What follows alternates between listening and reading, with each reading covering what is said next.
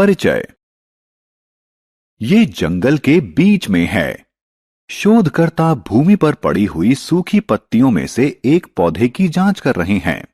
उन्होंने वहां के प्राणी जात और वनस्पति जात को ध्यानपूर्वक देखा, जिनमें से कुछ पौधे एकदम विशिष्ट प्रकार के हैं। उन्होंने कुछ ऐसे पौधे देखे जो सामान्य रूप से नहीं पाए जाते हैं। क्या ये पौधे लुप्तप्राय प्रजातियों में से हैं?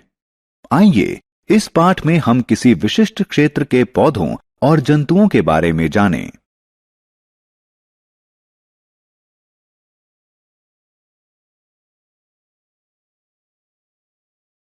उद्देश्य। इस पाठ के अंत में आप निम्न करने में सक्षम हो जाएंगे।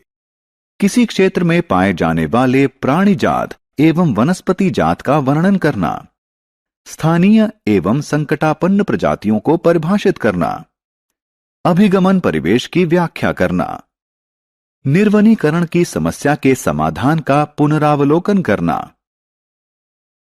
प्राणी जात एवं वनस्पति जात क्या है? छात्रों, आपने अवश्य देखा होगा कि कुछ जंतु एवं पौधे किसी विशेष क्षेत्र में ही पाए जाते हैं। किसी विशेष क्षेत्र की वनस्पतियों और जंतुओं को उस क्षेत्र के प्राणी जात और वनस्पति जात के रूप में जाना जाता है।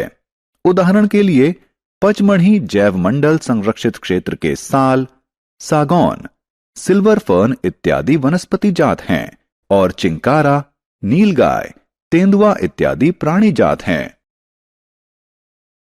विशेष क्षेत्रीय प्रजातियां। आइए अब हम विशेष क्षेत्रीय प्रजातियों के बारे में जानें। यहां आप यह जान लें कि आबादी का वह समूह जो संकरण में सक्षम होता है प्रजाति कहलाता है।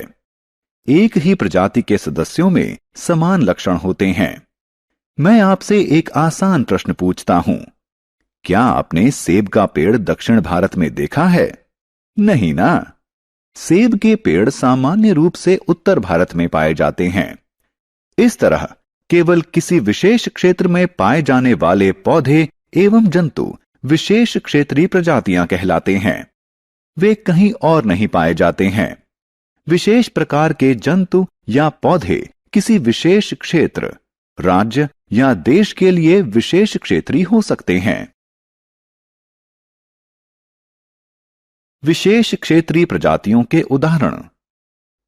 ये दो पचमढ़ी जैव मंडल संरक्षित क्षेत्र के वनस्पति जात हैं। ये इस क्षेत्र के विशेष क्षेत्रीय प्राणी जात हैं। वे कौन से कारक हैं जो उन्हें विशेष क्षेत्रीय प्रजाति बनाते हैं? प्रमुख कारण मनुष्य हैं। उनके वास स्थल का विनाश, मनुष्यों की बढ़ती जनसंख्या और नई प्रजातियों के आने से विशेष क्षेत्रीय प्रजातियों के प्राकृतिक वास स्थल प्रभावित हो सकते हैं और उनका अस्तित्व संकट में आ सकता है। कौन सी प्रजातियां संकटापन्न कहलाती हैं? आपने डायनासोर के बारे में अवश्य सुना होगा। वे लाखों वर्ष पहले पाए जाते थे, लेकिन आज वे विलुप्त हो चुके हैं। अनेक जंतु एवं पौधे विलुप्त हो चुके हैं, जबकि कुछ विलुप्त होने की कगार पर हैं।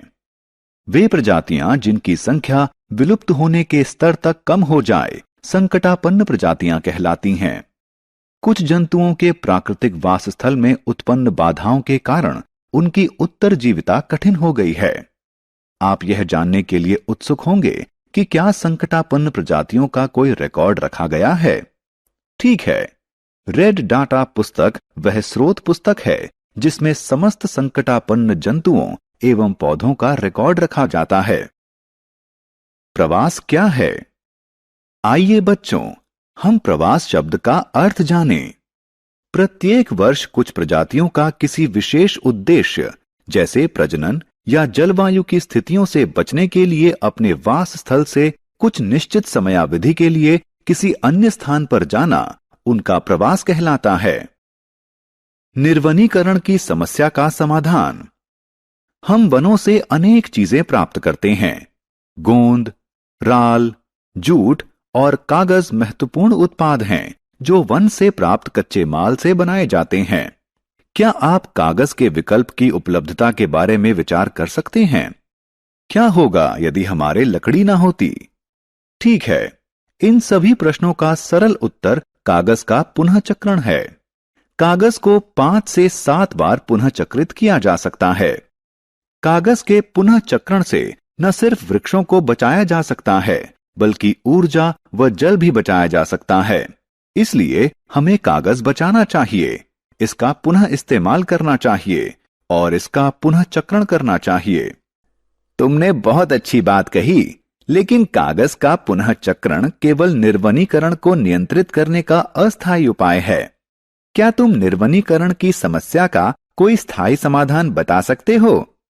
हाँ, यह पुनः वनरोपण है।